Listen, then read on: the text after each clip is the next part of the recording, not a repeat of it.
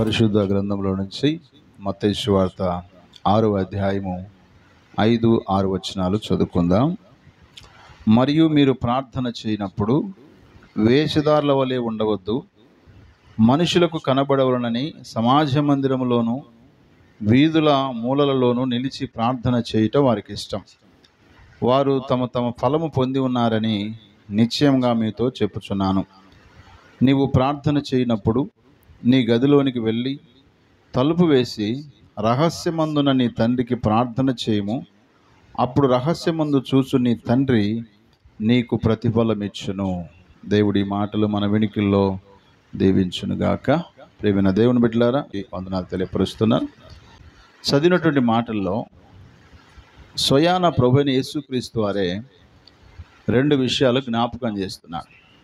మనుషులకు కనబడే ప్రార్థన, దేవునికి కనబడే ప్రార్థన.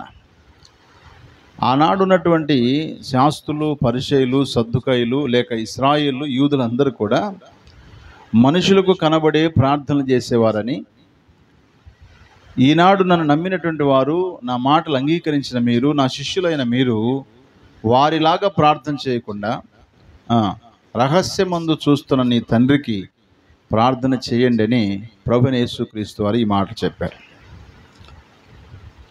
మనుషులకు కనబడేటటువంటి చేసే ప్రార్థన, దేవునికి కనబడేటట్టు చేసే ప్రార్థన, రెండిటికి ప్రతిఫలం ఉంది. ఇంగ్లీష్లో ఏమంటే రివార్డ్ అంటారు. రివార్డ్ అంటే ప్రతిఫలం, ఫలం పొందుకుంటా, తను చేసిన పనికి ఫలాన్ని పొందుకోవటం. దానికి ఆపోజిట్ ఏమంటే పనిష్మెంట్ అని ఉంటుంది. పనిష్మెంట్ అంటే శిక్ష. స్కూల్లో ఉన్నటువంటి టీచరు ఒక విద్యార్థి జీవితంలో తాను చేసిన పనులు బట్టి రివార్డ్ అయినా ఇస్తాడు, తాను చేసిన పనులు బట్టి పనిష్మెంట్ అయినా ఇస్తాడు. సాధారణంగా ఎవరైనా సరే పనిష్మెంట్ ఎక్కువ కోరుకుంటారా, లేకపోతే రివార్డ్ రావాలని కోరుకుంటారా? ఫలితం రావాలని, ప్రతిఫలం కావాలని ఎక్కువ శాతం కోరుకుంటారు. అది పిల్లలైనా, పెద్దలైనా, పనిచేసేవారైనా, ధనవంతులైనా, వ్యవసాయకులైనా, లేక మరొక పనులు చేసి ఎవరైనా సరే గాక, ఏం చేసినా సరే నా జీవితంలో రివార్డు రావాలి కానీ నాకు పనిష్మెంట్ ఏది రాకూడదు, నాకు నష్టమేమి రాకూడదని చాలామంది అనుకుంటారు. మంచిదే, మంచి ఆలోచన. అయితే ప్రభువైన యేసుక్రీస్తు వారు ఏం చెప్తారంటే, మీరు ప్రార్థన చేయనప్పుడు అన్నాడు, మీ గదిలోనికి వెళ్ళి తలుపు వేసుకోండి అన్నాడు. తర్వాత రహస్యమందు చూస్తున్న ఈ తండ్రికి ప్రార్థన చేయమన్నాడు. పరిశుద్ధ గ్రంథంలో పాత నిబంధనలో ధ్యానం చేసుకుందాం. 2వ సమూయేలు గ్రంథం 12వ అధ్యాయము 16వ వచనం నుంచి 19 వచనాలు. యెహోవా ఊరియా భార్య దావీదునకు కనిన బిడ్డను మొత్తినందున అది బహు జబ్బుపడెను. దావీదు ఉపవాసముండి లోపలికి పోయి రాత్రి అంతయు నేలపడి ఉండి బిడ్డ కొరకు దేవుని బతిమాలగా, ఇంటిలో ఎన్నికైన వారు లేచి అతడిని నేల నుండి లేవనెత్తుటకు వచ్చిరి గాని అతడు సమ్మతింపక వారితో కూడా భోజనం చేయక ఉండెను. 7వ దినమున బిడ్డ చావగా, బిడ్డ ప్రాణముతో ఉండగా మేము అతనితో మాట్లాడినప్పుడు అతడు మా మాటలు వినక ఉండెను. ఇప్పుడు బిడ్డ చనిపోయినని మనము అతనితో చెప్పిన ఎడల తనకు తానే హాని చేసుకునేమో అనుకొని దావీదు సేవకులు బిడ్డ చనిపోయిన సంగతి అతనితో చెప్పవెరచిరి. అయితే దావీదు తన సేవకుల గుసగుసలాట చూసి బిడ్డ చనిపోయినని సంగతి గ్రహించి, బిడ్డ చనిపోయినా అని దావీదు అని తన సేవకులను అడగగా వారు చనిపోయెను అనేది. ప్రియులారా, ఇక్కడ విషయాన్ని మనం గమనిస్తే దావీదు భక్తుడు ఒక రాజుగా ఉన్నాడు. ఒకప్పుడు దావీదు భక్తుడు ఆయన స్థాయి ఏంటి? గొర్రెలు కాసుకునేవాడు. గొర్రెలు కాసుకునే అతనిని దేవుడు ప్రేమించి తనకు రాజ్యాధికారాన్ని అనుగ్రహించి ఒక ఉన్నతమైన స్థాయిలో ఉంచినప్పటికీ తన జీవితంలో ఎక్కువసార్లు దేవుని స్తుతించినవాడు, ఎక్కువసార్లు ప్రార్థన చేసినవాడు, ఎక్కువసార్లు దేవునితో సంబంధం కలిగినటువంటి వ్యక్తి ఒక్కసారిగా చేయకూడని పని చేశాడు. ఆ చేయకూడని పని ద్వారా ఒక కుమారుడు పుట్టాడు. ఆ కుమారుడు జబ్బుతో ఉన్నాడు. పిల్లలు పుట్టడం ఒక వంతు, ఆ పిల్లల ఆరోగ్యం మరొక వంతు. చాలాసార్లు గర్భఫలం లేదని చాలా బాధపడతారు. పుట్టిన తర్వాత అనారోగ్యంగా ఉంటే ఇలాంటి వాడిని దేవుడు ఇచ్చాడని చెప్పేసి దేవుడి మీద బాధపడే తల్లిదండ్రులు చాలామంది ఉన్నారు. దావీదు భక్తునికి కుమారుడు పుట్టాడు. అది కూడా ఊరియా భార్య అయినటువంటి బత్షెబ ద్వారా. తన సొంత భార్య ద్వారా కూడా కాదు, తను చేసిన పాపాన్ని బట్టి ఆమె గర్భము ధరించి ఒక కుమారుని కన్నది. ఆ కుమారుడు కూడా జబ్బుతో ఉన్నాడు. ఈ జబ్బుతో ఉన్నప్పుడు దావీదు భక్తుడు చేసిన పని ఏంటంట, దావీదు 17వ వచనం చూడండి. దావీదు ఉపవాసం ఉండి లోపలికి పోయి అనగా తన ఇంటిలోనికి వెళ్ళిపోయి రాత్రి అంతయు నేలపడి బిడ్డల కొరకు, తన బిడ్డ కొరకు దేవుడిని ఏం చేశాడంట, ఆయన బ్రతిమలాడుతూ ఉన్నాడట. మనకి ఏం కనపడుతుంది ఇక్కడ అంటే, దావీదు భక్తుడు ప్రార్థన చేస్తున్నాడు కదా, దేవుని దగ్గర ప్రార్థన చేస్తున్నాడు. కానీ ఆయన చేసే ప్రార్థన విలువైందా విలువలేందా అంటే తన యొక్క ప్రతిఫలాన్ని బట్టి మనకు అర్థమవుతుంది. ఆయన చేసే ప్రార్థన చూసేవారు అనుకుంటుంటారు, దావీదు భక్తుడు తన కుమారుడికి బాగలేదు కనుక తన కుమారుని కోసం ఉపవాసం ఉండి ప్రార్థన చేస్తున్నాడు ఇంట్లో అని అనుకున్నారు. 6 దినాలు గడిచిపోయింది. 7వ దినం వచ్చినప్పుడు ఆ కుమారుడు ఏమైపోయాడంట, చనిపోయాడు. 7వ దినం నా కుమారుడు చనిపోయాడు. చనిపోయిన కారణాన్ని బట్టి బయట నుంచి గమనిస్తున్నటువంటి ఈ ప్రజలంతా ఏమనుకుంటున్నారంటే, దావీదు భక్తుడు తన కుమారుడి కొరకై తను బ్రతకాలని, తన జబ్బు నుంచి విడుదల పొందుకోవాలని ఆయన కొరకు ఎంతో ప్రార్థన చేస్తూ ఉన్నాడు కదా, సరే ఇప్పుడు కుమారుడు చనిపోయాడు, ఇప్పుడు ఏంటి పరిస్థితి అని వాళ్ళు ఏమనుకుంటున్నారంటే గుసగుసలాడుతున్నారట.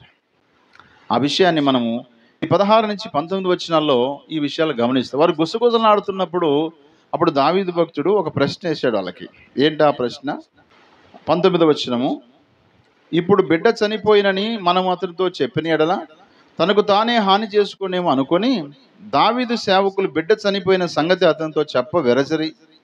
అయితే దావీదు తన సేవకులు గుసగుసలాడ చూసి బిడ్డ చనిపోయినని సంగతి గ్రహించి బిడ్డ చనిపోయినా అని తన సేవకులను అడగగా వారు చనిపోయెను అని చెప్పారు. ప్రార్థన చేశాడు, ఇప్పుడు ప్రశ్నిస్తున్నాడు. ఉపవాసం ఉండి దేవునికి ప్రార్థన చేశాడు, ప్రశ్న తన సేవకులతో ప్రశ్నిస్తున్నాడు, బిడ్డ చనిపోయినా. ఆ సిచ్యువేషన్ అర్థమైపోయింది. ఆ పరిస్థితి అంతా కూడా దావీదు భక్తుడు అర్థం చేసుకున్నాడు. ఆ కుమారుడు చనిపోయాడు. కుమారుడు చనిపోయాడనే సంగతి గుర్తెరిగిన ఆయన ప్రశ్నిస్తే దానికి జవాబు కరెక్ట్గా ఇచ్చారు. ఏంటంటే చనిపోయాను అని చెప్పేశారు. 20-21 వచనాలు మనం చూస్తే కుమారుని యొక్క మరణాన్ని గమనించవచ్చు. అప్పుడు దావీదు నేల నుండి లేచి స్నానం చేసి తైలము పూసుకొని వేరే వస్త్రములు ధరించి యెహోవా మందిరంలో ప్రవేశించి తన ఇంటికి తిరిగి వచ్చి భోజనము తెమ్మనగా వారు వడ్డించిరి. అప్పుడు అతడు భోజనం చేసెను. అతని సేవకులు బిడ్డ జీవంతో ఉండగా ఉపవాసం ఉండి దాని కొరకు ఏడ్చుచుంటివి కానీ అది మరణమైనప్పుడు లేచి భోజనం చేసితివి, నీవు ఇలాగూ చేయట ఏమని దావీదును అడగగా అతడు బిడ్డ ప్రాణముతో ఉన్నప్పుడు దేవుడు నా యందు కనికరించి వాడిని బ్రతికించనేమో అనుకొని నేను ఉపవాసం ఉండి ఏడ్చుచుంటిని. ఇప్పుడు చనిపోయిన గనుక నేను ఎందుకు ఉపవాసం ఉండవలను? వానిని తిరిగి రప్పింపగలనా? నేను వాని యుద్ధకు పోదును గాని వాడు నా యుద్ధకు మరలి రాడని వారితో చెప్పాను. హల్లెలూయా. కొంతమంది వారి కుటుంబాలు ఎవరైనా మరణిస్తే అన్నం తినేది మానేస్తారు, నీళ్లు తాగేది మానేస్తారు, ప్రార్థన చేసేది మానేస్తారు, మందిరానికి వచ్చేది మానేస్తారు. ఒక వింతైన ఆచారం ఏంటో తెలుసా? కొన్ని గ్రామాల్లో ఎవరైనా చనిపోతే ఆదివారం కూడా మందిరాలు మూసేస్తారు. చాలా విచారకరం. చనిపోతే భోజనం మానేస్తారు. ఓకే, మనసులో బాధ ఉండొచ్చు, కానీ దావీదు భక్తుడు దేవుణ్ణి ఎరిగిన వాడిగా తను ఏం చెప్తున్నాడు మనకి ఇక్కడ అంటే, ఆ కుమారుడు జబ్బుతో ఉన్నప్పుడు దేవుని దగ్గర ఉపవాసం ఉండి ప్రార్థన చేశాడు. ఎన్ని రోజులట? 7 రోజులు ప్రార్థన చేశాడు. 7 రోజులు ఉపవాసం ఉండి ప్రార్థన చేస్తే పరలోకముందున్న తండ్రి ఆయన ప్రార్థనకి ఏం జవాబు ఇచ్చాడంటే కుమారుని యొక్క మరణమే తనకు జవాబు అయింది. ఇప్పుడు తను దేవుణ్ణి అపార్థం చేసుకోవాలి, కానీ ఇప్పుడు ఆయన ఏం చేస్తున్నాడు? కుమారుడు చనిపోయిన తర్వాత లేచి స్నానం చేసి ఎక్కడికి వెళ్తున్నాడట? దేవుని యొక్క మందిరానికి వెళ్ళాడు. హల్లెలూయా. దేవుని మందిరానికి ఎప్పుడైతే వెళ్ళాడో దావీదు భక్తుడు, అక్కడ ఉన్నటువంటి సేవకులందరూ ఆలోచన చేస్తున్నారు, కుమారుడు బాగలేనప్పుడు ఉపవాసం ఉండి ప్రార్థన చేశాడు, ఆ కుమారుడు చనిపోతే ఈయనేంటి మందిరానికి వెళ్ళిపోతున్నాడు అన్నప్పుడు ఆయన చెప్తున్న సమాధానం, ఒక ఆత్మీయుడిగా దేవుడిని ఎరిగిన వాడిగా దేవుడు నాకు అన్యాయం చేశాడని ఒక్క మాట చెప్పకుండా తను ఏమంటున్నాడంటే, ఒక రోజున నేను కూడా చనిపోయి వాని దగ్గరికి వెళ్ళవలసిందే కానీ చనిపోయిన వాడు మరలా తిరిగి నా యొద్దకు రాడు అని చెప్పగలిగాడు. అంటే ఆయన పరలోకమందున్నటువంటి రహస్యమందు చూస్తున్న తండ్రికి ప్రార్థన చేసినప్పటికీ తన కుమారుడు మరణించాడు కదా, మరణించిన కారణాన్ని బట్టి దేవునికి దూరం కావాలి, మందిరానికి దూరం కావాలి, తన దేవుని గురించి మాట్లాడమే మానేయాలి. కానీ ఇప్పుడు దేవుడిని గొప్ప చేసి మాట్లాడుతున్నాడు. అందుకు ప్రతిగా దేవుడు ఏం చేశాడో చూడండి. 2 సమూయేలు గ్రంథం 12వ అధ్యాయము 24వ వచనం చదువుదాం. తరువాత దావీదు తన భార్య అయిన బత్షెబను ఓదార్చి ఆమె యుద్ధకు పోయి ఆమెను కూడగా ఆమె ఒక కుమారుని కనెను. దావీదు అతనికి సొలొమోను అని పేరు పెట్టెను. యెహోవా అతన్ని ప్రేమించి నాతానును ప్రవక్తను పంపగా అతడు యెహోవా ఆజ్ఞను బట్టి యెదిద్యా అని అతనికి పేరు పెట్టెను. హల్లెలూయా. మరలా నెక్స్ట్ ఇయర్ కల్లా దేవుడు ఏం చేశాడు తెలుసా? దావీదు యొక్క అంతరంగాన్ని తెలుసుకున్నవాడు, దావీదు యొక్క ఆత్మీయతను తెలుసుకున్నవాడు, దావీదు యొక్క దేవుని పట్ల ఉన్నటువంటి ఉద్దేశం ఏంటో తెలుసుకున్నటువంటి దేవుడు నెక్స్ట్ ఇయర్కి మళ్ళీ ఏం చేశాడు? మరి ఒక కుమారుని ఇచ్చాడు. ఆ కుమారునికి దావీదు సొలొమోన్ అని పెట్టాడు. సొలొమోన్ అనగా సమాధానకర్త. సొలొమోన్ అనగా సమాధానకర్త. సమాధానం అంటే అంతకుముందు సమాధానం లేదు తన జీవితంలో. సమాధానకర్తని అర్థమిచ్చే సొలొమోన్ అని పేరు పెట్టుకున్నాడు. ఆ తర్వాత దేవుడు నాతాన్ అనే ప్రవక్తను పంపించాడు. అప్పుడు నాతాన్ అనే ప్రవక్త దేవుని సేవకుడు కూడా ఆయనకు ఒక పేరు పెట్టాడు. ఏంటి? యెదిద్యా అని పెట్టాడు. యెదిద్యా అంటే యెహోవాకు ప్రియుడు అని అర్థం. హల్లెలూయా. ఈ సొలొమోను ద్వారా దేవుడు ఇశ్రాయేల్ దేశంలో గొప్ప మందిరాన్ని కట్టించగలిగాడు. కాబట్టి ప్రియమైన దేవుని బిడ్డలారా, మన జీవితాల రహస్యమును చూస్తున్న తండ్రికి బలహీనతలున్నా, బాధలున్నా, ఇరుకులున్నా, ఇబ్బందులున్నా, కష్టాలున్నా, ఏ పరిస్థితుల్లో ఉన్నా సరే దేవుని సన్నిధిలో తప్పకుండా ప్రార్థన చేయడం మన యొక్క వంతు. ఆ ప్రార్థనకు జవాబు రివార్డుగానే రావచ్చు, పనిష్మెంట్గానే రావచ్చు. ఇప్పుడు దావీదు చేసిన ఉపవాస ప్రార్థన ఆయనకు రివార్డుగా ఉందా, పనిష్మెంట్గా ఉందా అని అంటే ఆయనకు పనిష్మెంట్గా ఉంది. 2 సమూయేలు గ్రంథం 12వ అధ్యాయం 14వ వచనం. అయితే ఈ కార్యం వలన యెహోవాను దూషించుటకు ఆయన శత్రువులకు నీవు గొప్ప హేతువు కలుగజేసివి గనుక నీకు పుట్టిన బిడ్డ నిశ్చయంగా చచ్చునని దావీదుతో చెప్పి తన ఇంటికి వెళ్ళాను. చూడండి, దావీదు భక్తుని జీవితం ప్రతిసారి కూడా దైవజనుల ద్వారా దేవుడు హెచ్చరిక చేస్తా ఉన్నాడు. తను రహస్యంగా పాపం చేసినప్పుడు నాతాను ద్వారానే ఏం చేశాడు? హెచ్చరిక చేశాడు.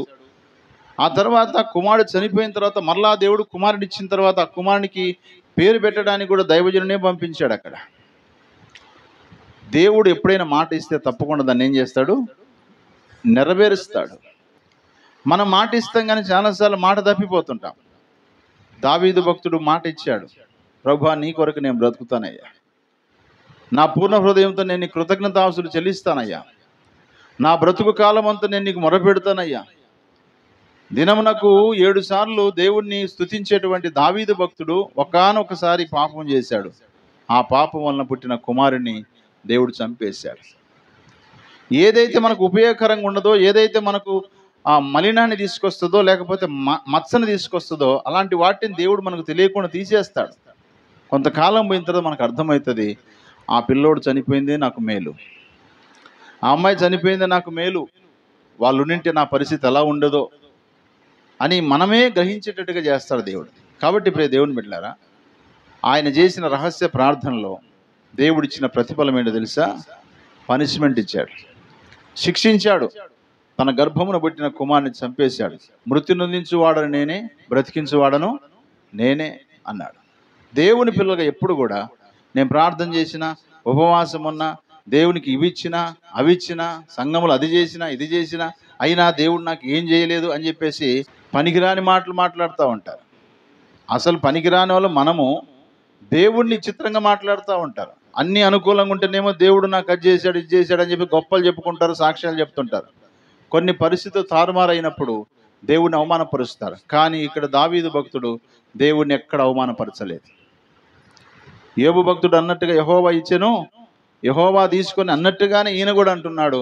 మందిరంలోకి వెళ్ళాడు, లేచి భోజనం చేశాడు. ఒకరోజు వాని దగ్గరికే పోవాలి కానీ మన దగ్గరికి వాడు తిరిగి మరలా రాడు అనేటటువంటి సంతృప్తికరమైనటువంటి జీవితాన్ని కొనసాగిస్తుండగా దేవుడు మరలా మంచి కుమారుని దేవుడు అనుగ్రహించాడు. కాబట్టి ప్రియులారా, దావీదు భక్తుని జీవితంలో దేవునికి రహస్యంగా ప్రార్థన చేసినప్పటికీ, ఉపవాసమును చేసినప్పటికీ సరైన జవాబు రాకపోయినా దేవుని ఏం అపార్థం చేసుకోకుండా దేవునితో సంబంధం కలిగి దేవునికి ప్రార్థన చేశాడు. యెషయా గ్రంథం 59లో ఒక మాట ఉంటుంది, ఏంటంటే రక్షింపనేరకున్నట్టు నా చేతులు కొరచగాలేదు, విననేరకున్నట్టు నా చెవులు మందం కాలేదు, అయితే మీ పాపములే నాకు అడ్డుగా వచ్చినవి అంటాడు దేవుడు. కాబట్టి మన అంతరంగంలో పాపం పెట్టుకొని, మన అంతరంగంలో దేవునికి ఆయాసకరమైన విషయాలు పెట్టుకొని, మన అంతరంగంలో అసమాధానం పెట్టుకొని, మన అంతరంగంలో పగలు పెట్టుకొని, కక్షలు పెట్టుకొని, దేవునికి అసహ్యమైన వాటిని మన అంతరంగంలో కలిగి ఎంత ఉపవాసం ఉండి ప్రార్థన చేసినా, ఎంత రహస్య గదిలోకి వెళ్ళి ప్రార్థన చేసినా, ఆ ప్రార్థనకు ప్రతిఫలం ఏంటి తెలుసా? రివార్డుకు బదులుగా పనిష్మెంట్ తప్పకుండా ఉంటుంది. కాబట్టి ప్రియులారా, దావీదు భక్తుని జీవితంలో అన్నీ కోల్పోయాడు, అన్నీ నష్టపోయాడు. అయినా సరేగాక తన జీవితంలో పుట్టిన కుమారుడు చనిపోయాడు. అయినా సరేగాక దేవుని అపార్థం చేసుకోకుండా దేవుని సందుకు వెళ్ళి మరలా దేవునితో తగిన సంబంధాన్ని కలిగి ఉన్నాడు. మరలా చక్కని కుమారుని దేవుడు అనుగ్రహించాడు. కాబట్టి శిక్ష చెప్పించేటువంటి ప్రార్థన రహస్యమందు చేయకుండా దేవుని ద్వారా ప్రతిఫలం పొందుకునేటువంటి ప్రార్థన మనం చేస్తూ ఈ లోకంలో మనం ముందుకి కొనసాగాలి. దేవుడు అలాంటి కృప పరిశుద్ధాత్మ దేవుడు మనందరికీ సహాయం చేయనుగాక. ఆమేన్.